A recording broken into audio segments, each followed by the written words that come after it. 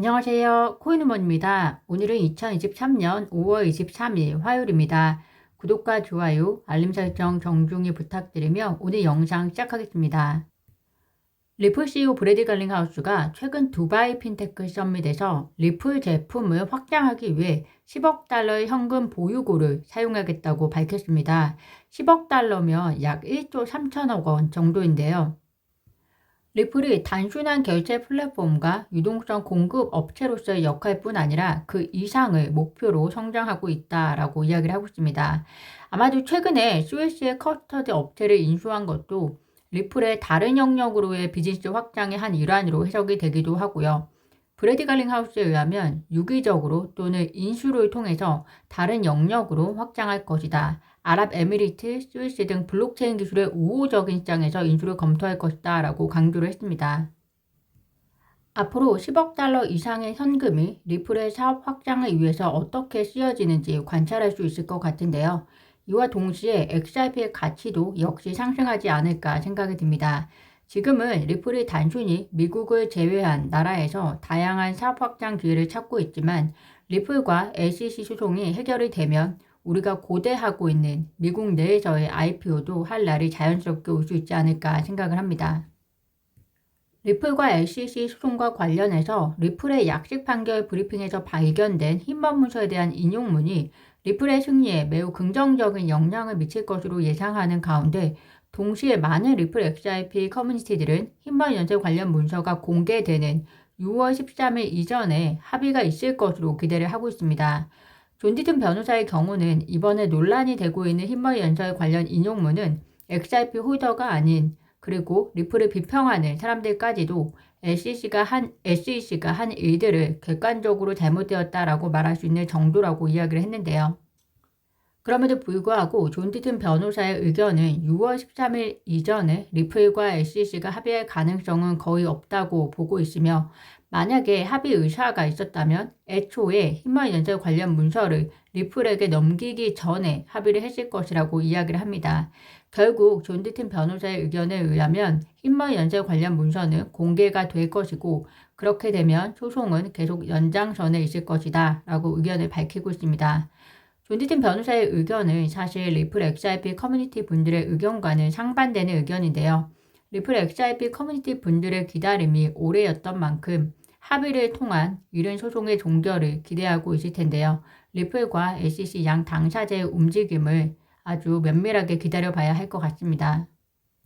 또 다른 긍정적인 소식으로 크립토 변호사 하이네스가 리플 SEC 소송의 해결이 그 어느 때보다 가까워질 수 있다는 본인의 견해를 밝혔는데요.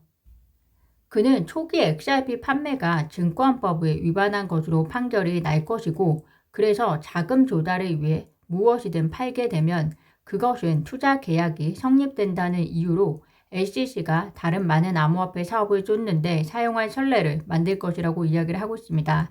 그렇지만 그럼에도 불구하고 법원이 현재 XRP 판매에 대해서는 더 이상 증권법을 위반하지 않는다고 결정할 것이라고 이야기를 하면서 그 이유가 바로 XRP 자체가 투자 계약이 될 수 없다는 것이 그 이유라고 이야기를 하고 있습니다.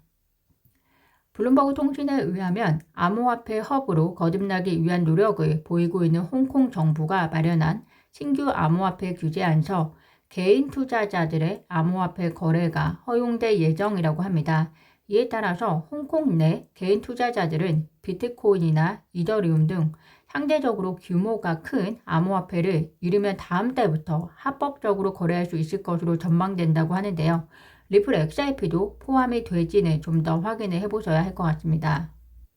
코인베이스가 미국 내 암호화폐 인식 개선과 이를 위한 미국 암호화폐 산업 발전을 목표로 TV 광고 캠페인을 시작한다는 소식입니다. 코인베이스는 미국을 한 발 더 앞으로라는 주제를 통해서 미국 사회 내에서 암호화폐 인식 개선과 미국 시민들의 경제 주권 획득에 나선다고 밝혔는데요. 코인베이스가 밝힌 TV 광고는 미국 내 최대 TV 시청률 기록 시간은 일요일 저녁에 방영될 예정이라고 하는데 파급적인 광고 편성인 것 같습니다. 코인베이스의 이러한 노력들이 최근 돈나무 언니, 아크 인베스트먼트 캐시 우드도 그렇고 미국이 UAE, 한국, 호주, 스위스 등 국가와의 암호화폐 경쟁에서 리더로서의 지위를 이룰 수 있다라고 평가하는 미국의 현 위치를 얼마나 개선시킬 수 있을지 지켜보시면 좋을 것 같습니다.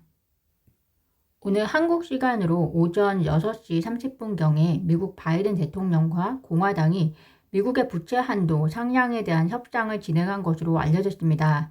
케빈 메카시 하원 의장은 조 바이든 미국 대통령과 부채 한도 상향 관련 협의 후에 논의가 생산적이었고 프로페셔널했다. 지금까지 부채 협상 논의 후 나온 발언 중에서 가장 긍정적인 톤으로 이야기를 했는데요. 예상보다 일찍 양측이 합의에 이를 수 있다라는 기대도 커지고 있습니다. 그렇지만 아직 구체적인 소식이 나오고 있지 않은 상황이라서 아직 논의가 완전히 마무리된 것으로 보이지는 않는데요.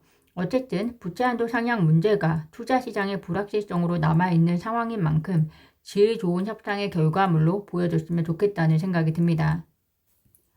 오늘 제가 준비한 소식은 여기까지입니다. 오늘도 영상 시청 진심으로 감사드리고요. 구독과 좋아요, 알림 설정은 코인 우먼에게 큰 힘이 됩니다. 감사합니다.